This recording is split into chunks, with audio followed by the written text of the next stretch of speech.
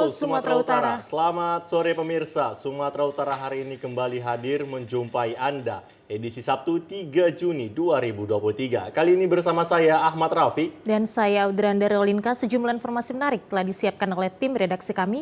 Berikut berita selengkapnya.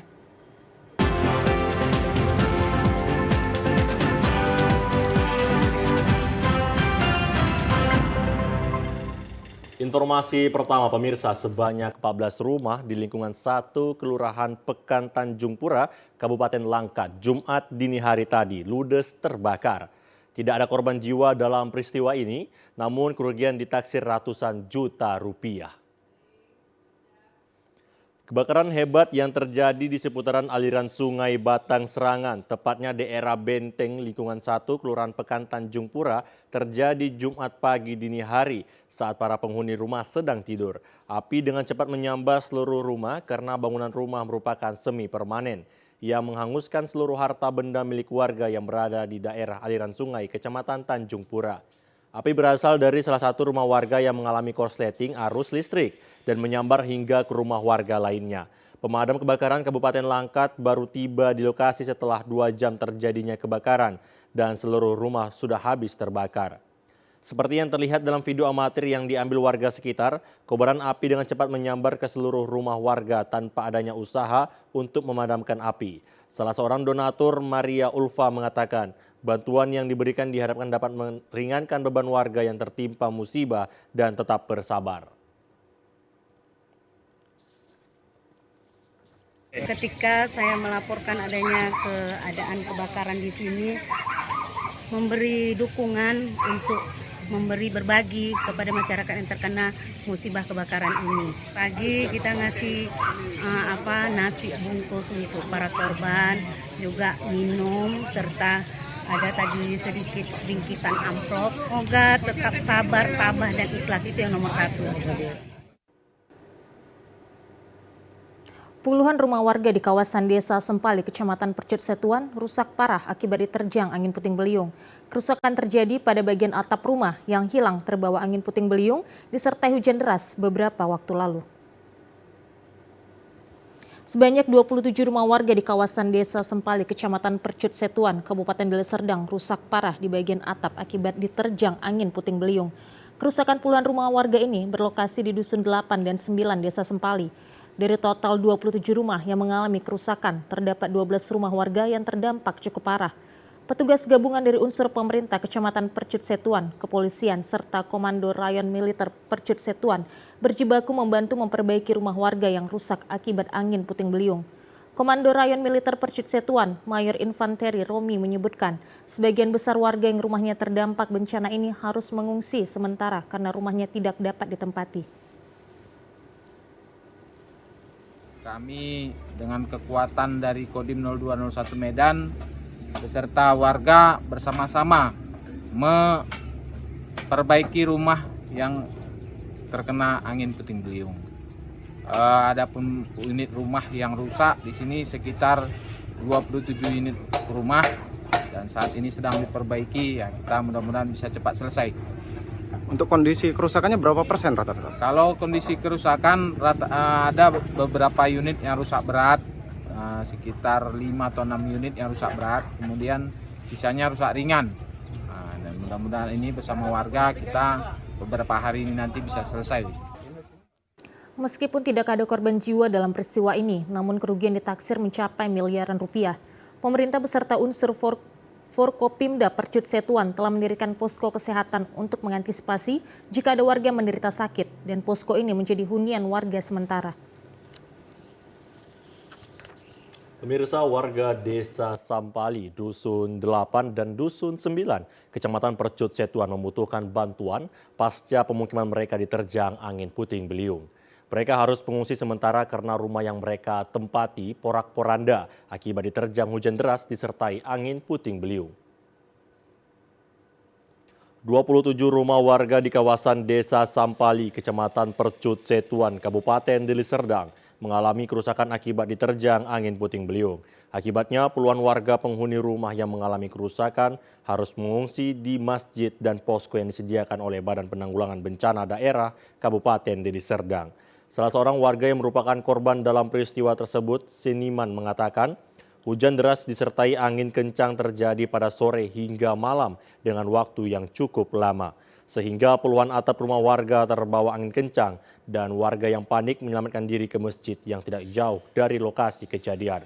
Beruntung tidak ada korban jiwa dalam peristiwa tersebut.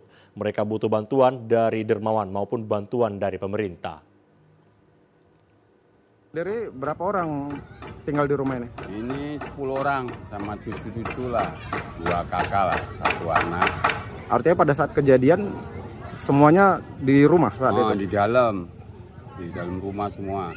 Waktu hujan badai itulah, angin terus petir-petir, langsung terus terbang tuh seng itu ke atas. Keluarga ada yang jadi korban atau luka-luka? Nggak ada memang, mudah-mudahan nggak ada, selamat lah. Saat ini sebagian warga masih bertahan di masjid dan posko yang didirikan BPBD Deli Serdang di sekitar lokasi. Namun warga mengeluhkan kekurangan bahan makanan dan pakaian akibat peristiwa tersebut. Warga juga berharap pemerintah dapat menyalurkan bantuan berupa material bangunan atau atap seng untuk perbaikan rumah mereka. Akibat hendak mendahului mobil di depannya, truk teradu menabrak 2 remaja pengendara sepeda motor, menyebabkan 1 orang tewas dan 1 orang lagi mengalami luka berat. Inilah video dari warga pasca terjadinya laka lantas. Truk teradu menabrak sepeda motor di Jalan Sumedan, Gunung Tua, kilometer 341-342 di lingkungan Simaningkir, Kelurahan Kota Pinang, Labuhan Batu Selatan. 1 unit sepeda motor ringsek serta 1 orang tewas di tempat dan 1 orang lagi mengalami luka berat. Peristiwa laka lantas ini berawal dari truk trado yang datang dari Gunung Tua menuju Medan, hendak memotong dan mendahului bus di depannya. Namun saat sedang mendahului mobil tersebut, tiba-tiba sepeda motor Grand Astrea datang dari arah berlawanan. Karena truk mengambil jalan terlalu ke kanan, setibanya di TKP langsung menabrak sepeda motor.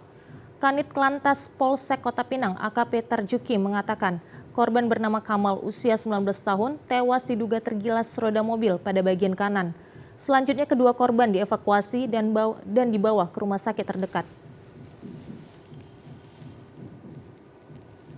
Telah terjadi laka lantas antara Mobar, mobil teradu kontra sepeda motor Grand Astrea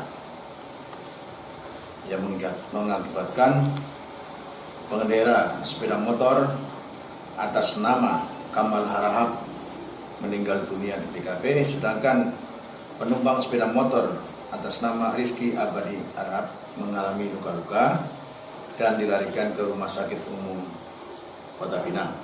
Mobil teradu tersebut setelah kejadian, dia meninggalkan TKP, kemudian melapor ke Pos Lantas Kampung Rakyat.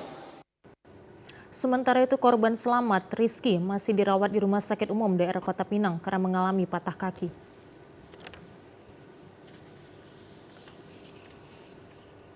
Kita beralih ke informasi lainnya pemirsa. Harga cabai dan bawang merah di sejumlah pasar tradisional di Kota Gunung Sitoli dan Kepulauan Nias umumnya relatif normal. Sejumlah pedagang mengaku harga cabai saat ini Rp17.000 per kilogram, cabai rawit Rp23.000 per kilogram, selain itu bawang merah Rp25.000 per kilogram, sedangkan bawang putih Rp36.000 per kilogram.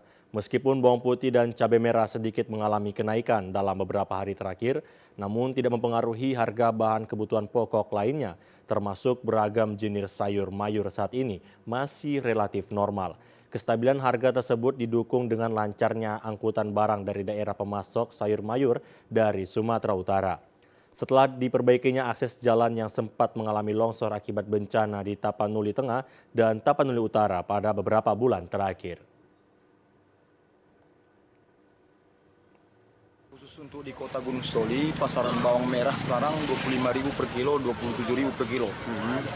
Khusus bawang putih sekarang Rp35.000 ke Rp36.000 per kilo. Itu mengalami kenaikan atau stabil, Bang? Kalau bawang merah turun, tapi bawang putih naik.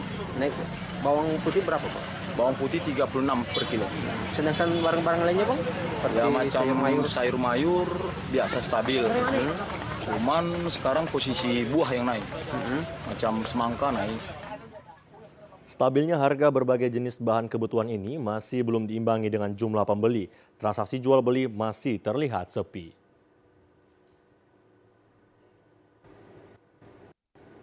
لبيك اللهم لبيك لبيك لا شريك لك لبيك إن الحمد والنعمة لك والملك لا شريك لك. Menjelang Hari Raya Idul Adha 1444 Hijriah, para peternak sapi saat ini mulai menyiapkan sapi yang layak dan cukup umur untuk dijadikan hewan kurban. Namun para peternak mengeluhkan minimnya pembeli sapi kurban pasca wabah PMK. Berbagai persiapan dilakukan peternak agar sapinya sehat dan memiliki berat yang cukup serta usia yang sudah memenuhi syarat untuk dijadikan hewan kurban. Seperti yang dilakukan salah seorang peternakan sapi yang berada di Dusun 4, Desa Tanjung Baru, Kecamatan Tanjung Merawah, Kabupaten Deli Serdang, Dodi Iskandar. Perawatan ekstra dilakukan agar sapi tetap sehat, seperti memberikan makan, pemberian obat dan vitamin, serta rutin membersihkan kandang. Sementara itu, untuk memastikan sapi sudah cukup umur dan layak menjadi hewan kurban, dapat dilihat dari gigi susu hewan itu yang telah tanggal. Dodi menambahkan untuk kendala yang dialami peternak sapi saat ini minimnya pembeli jelang Idul Adha tahun ini. Kondisi ini diduga akibat wabah virus PMK yang terjadi pada tahun lalu. Menurut Dodi, dari 10 sapi miliknya, baru 5 ekor yang sudah dipesan yang nantinya akan dijadikan hewan kurban. Sementara 5 ekor lagi masih belum ada pembeli. Sebelum wabah PMK sebulan menjelang Idul Adha, sapi peliharaannya sudah banyak pemesan, bahkan kekurangan sapi yang akan dijual. Sendiri karena kita baru terdampak kena penyakit PMK, tapi sudah untuk PMK sendiri sudah tidak ada lagi. Rata-rata di sini udah 2 tahun ya, ditandain dengan poel giginya. Berarti kalau udah poel giginya udah siap lah untuk dikurbankan. Poel gigi.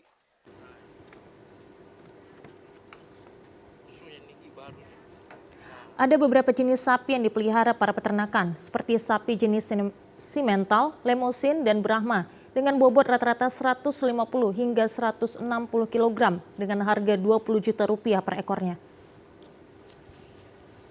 Pemirsa, sebanyak 360 calon haji asal Kabupaten Padang Lawas yang tergabung dalam kelompok terbang 11 mulai memasuki asrama haji yang keberangkatannya dilepas Bupati Padang Lawas. Satu persatu calon haji yang berasal dari Kabupaten Padang Lawas mulai memasuki komplek asrama Haji Medan menggunakan bus pada Jumat sore. Ada 10 bus yang mengangkut para calon haji ini. Pada kelompok terbang 11 embarkasi Medan ini, sebanyak 360 calon haji direncanakan akan diberangkatkan pada hari ini melalui Bandara Internasional Kuala Namu. Sebelum diberangkatkan menggunakan pesawat, para calon haji terlebih dahulu diberikan pembekalan oleh PPIH embarkasi Medan. Kemudian dilakukan pemeriksaan kesehatan, dokumen, gelang haji, serta pemberian paspor dan visa sebagai syarat terbang menuju Tanah Suci Mekah. Kepala Bidang Penerimaan dan Pemberangkatan para calon haji, Torang Rambe, mengatakan tidak ada kendala dalam perjalanan para calon haji ini dari Kabupaten Lawas menuju Kota Medan. Torang menyebutkan para calon haji ini nantinya akan menginap 1 malam di penginapan asrama haji dan besoknya akan diberangkatkan dari Bandara Kuala Namu.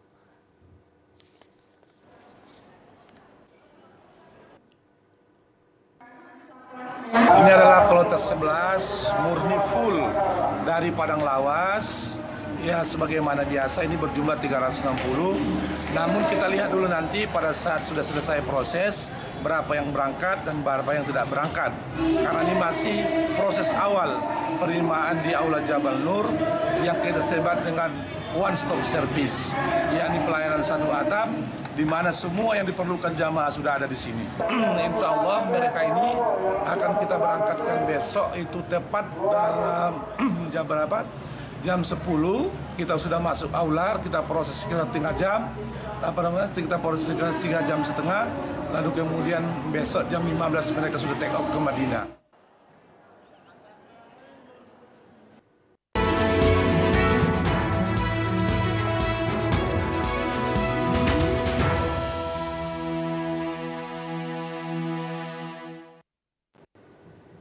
Badan Pengawas Pemilu Deli Serdang mengajak media massa dan para penggiat media digital untuk ikut mengawasi proses pemilu 2024 dengan banyaknya pemberitaan hoaks khususnya di Kabupaten Deli Serdang. Ajakan itu disampaikan Ketua Bawaslu Deli Serdang Muhammad Ali Sitorus saat membuka rakor bersama stakeholder terkait pengembangan fungsi strategi kelembagaan dengan tema peran media massa dalam pengawasan partisipatif menuju pemilu serentak 2024 kemarin di Jalan Sultan Serdang, Desa Tumpatan, Kecamatan Batangkuis. Rakor yang dihadiri beberapa pemilih dalam kegiatan itu menghadirkan dua narasumber pengamat politik USU, Dr. Faisal Mahrawa dan pengamat politik ekonomi Yan Wardin dengan moderator Komisioner Bawaslu Deli Serdang, Divisi Organisasi dan SDM, Dr. Aminuddin. Kedua narasumber menyimpulkan pengawasan dan hubungan antar lembaga dalam pengawasan proses penyelenggaraan pemilu tidak terlepas dari peran media massa untuk berpartisipatif, membangun kesadaran politik masyarakat. Selain itu dibutuhkan pengetahuan pendidikan politik untuk membangun kesadaran politik untuk meningkatkan partisipatif politik pada pemilu 2024 khususnya di Kabupaten Deli Serdang. Faisal Mahrawa menyebutkan peran media massa pada momen pemilu itu sangatlah dibutuhkan. Bawaslu Deli Serdang terus membuka koordinasi dengan media massa untuk menciptakan informasi yang baik bagi masyarakat. Perwakilan dari media tadi untuk pengawasan partisipatif pemilih pemula. Artinya banyak berita-berita yang beredar di masyarakat ya, berita hoax. Artinya bisa mengcounter berita-berita hoax itu melalui media massa ini. Kita mengajak media menjadi rekan Bawaslu untuk pengawasan partisipatif. Kepada masyarakat dihimbau agar tidak cepat gampang percaya dengan informasi yang tidak kredibel atau diduga berasal dari sumber informasi yang tidak jelas dan tidak dapat dipertanggungjawabkan.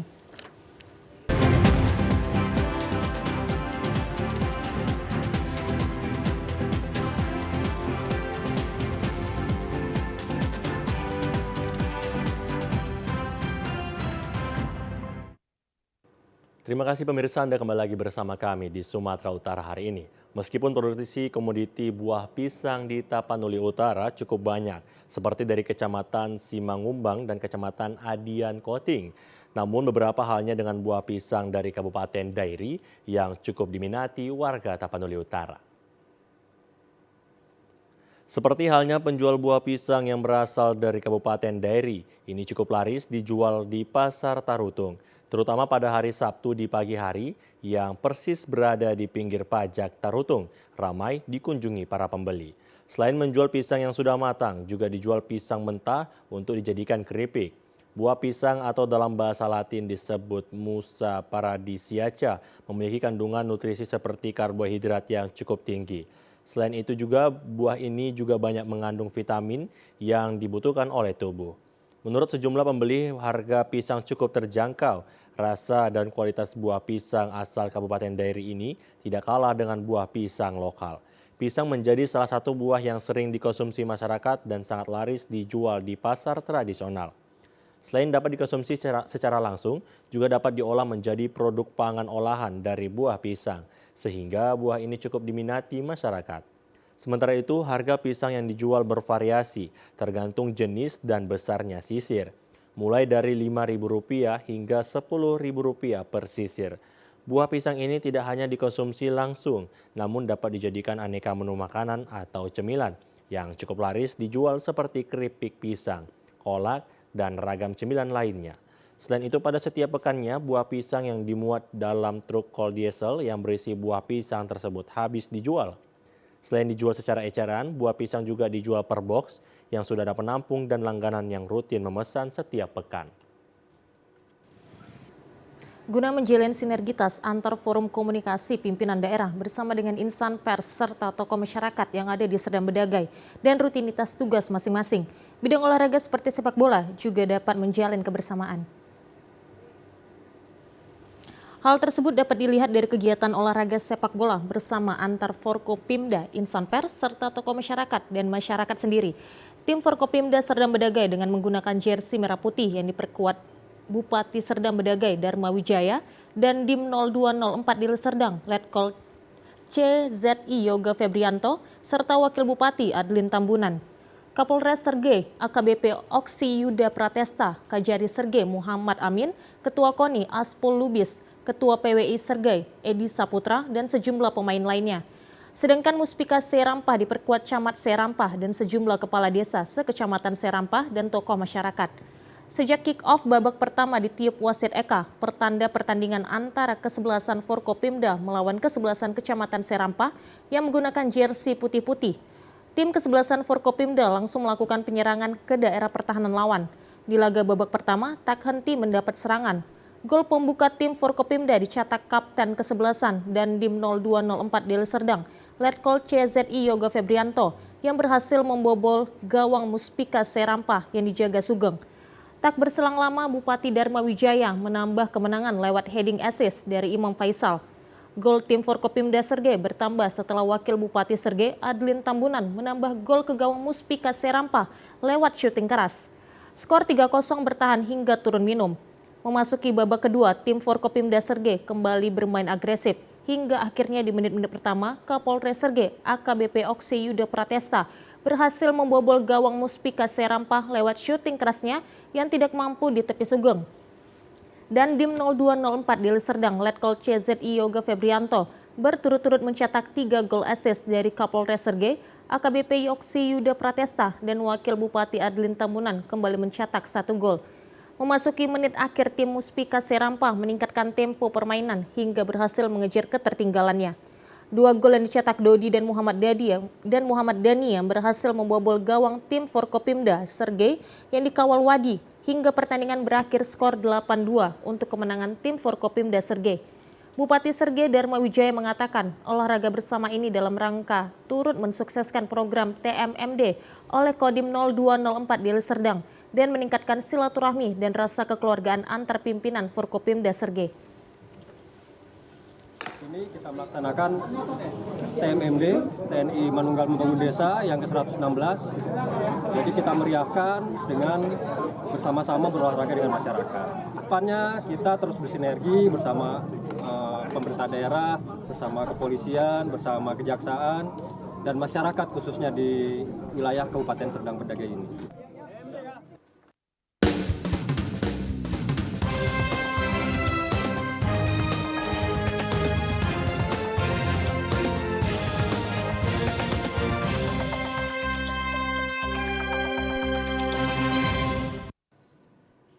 Pemirsa, informasi lintas Andalas kita awali dari Provinsi Bengkulu. Fenomena El Nino dikhawatirkan akan memberi dampak pada ketersediaan dan gejolak harga pangan di pasaran yang mengancam inflasi. Untuk menekan potensi tersebut, Desprindak Provinsi Bengkulu memastikan akan bekerja sama antar daerah untuk saling memasok bahan pangan.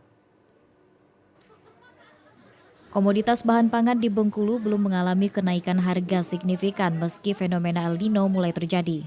Sejumlah harga komoditas pangan di pasaran masih tinggi, namun fenomena El Nino dikhawatirkan akan mengancam ketersediaan dan gejolak harga di pasaran hingga berdampak pada inflasi di daerah. Menghadapi hal ini, Dinas Perindak Provinsi berencana memperkuat kerjasama antar daerah untuk saling memasok bahan pangan. Sejumlah bahan pangan akan didatangkan dari berbagai daerah, sementara kebijakan impor seperti komoditas beras dilakukan oleh kementerian. Nantinya, Provinsi Bengkulu akan menunggu alokasi dari pusat. Kita diwaspadai dengan dari pertanian itu lebih bagaimana pengairannya itu harus cukup airnya untuk pertaniannya. Selain itu, Yanita Saiful juga mengungkapkan untuk menjaga rantai pasokan, pemerintah akan menjaga produksi pertanian seperti melakukan pengairan terhadap lahan pertanian dan perkebunan. Lucia Mengsari, TVRI Bengkulu melaporkan.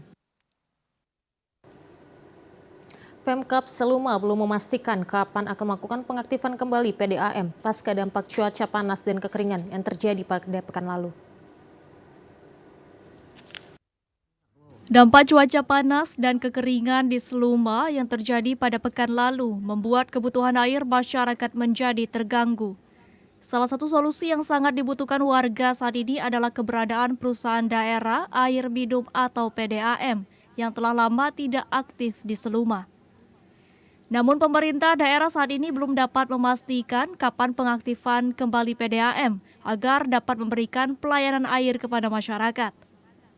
Sekretaris Daerah Kabupaten Seluma, Hadianto, menyatakan pihaknya hanya baru menyediakan stok air menggunakan pemadam kebakaran jika nantinya kekeringan kembali terjadi. Kita walaupun PDAM kita tidak aktif, nanti mungkin kita pihak Balandwir nanti kita minta tolong ini kan ya. Balandwir siap dan standby untuk melayani kepentingan masyarakat yang memang di pinggir jalan. Mungkin dari pesta nanti kan. Belum aktifnya PDAM di Seluma menyebabkan warga hanya bergantung kepada aliran bendungan, khususnya pada saat musim panas yang membuat sumur warga mengering. Tim Liputan TVRI Bengkulu melaporkan.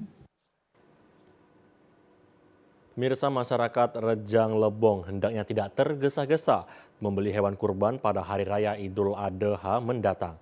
Sebaiknya dipastikan terlebih dahulu jika hewan yang akan dibeli benar-benar layak dan sehat untuk dikurbankan.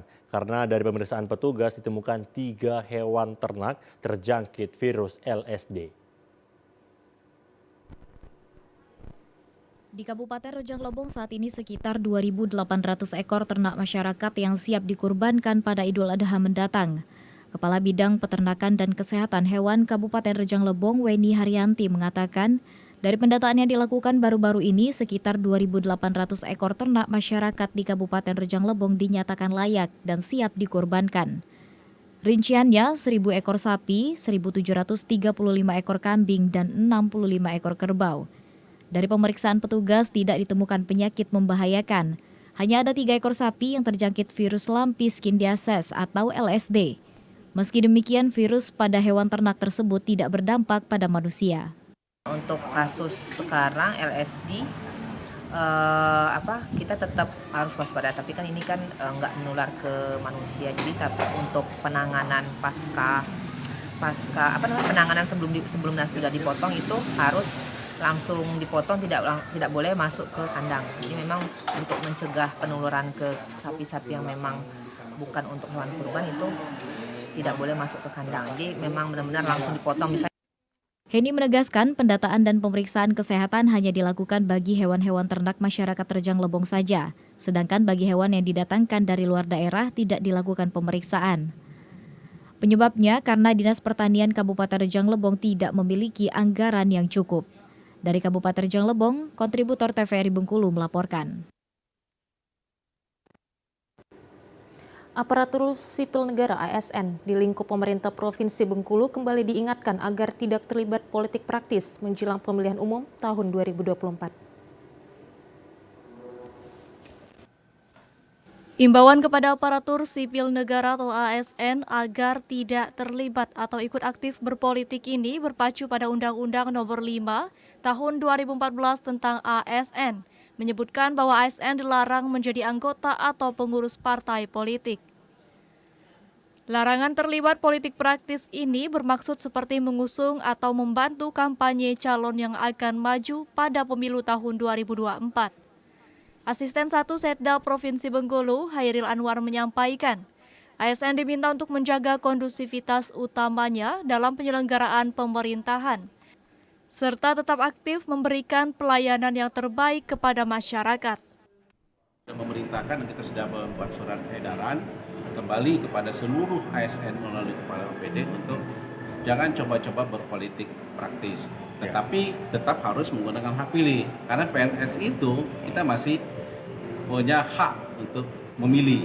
Kalau untuk dipilih tentu tidak. Tapi tidak boleh berpolitik praktis. Berpolitik praktis itu artinya secara aktif, misalnya mengusung atau membantu kampanye, misalnya tidak bisa. Tetapi kalau berpolitik dalam artian menggunakan hak suara itu wajib. Meski demikian, ASN tetap harus menggunakan hak suaranya pada pesta demokrasi mendatang, karena ASN masih memiliki hak pilih. Tim Liputan TVRI Bengkulu melaporkan.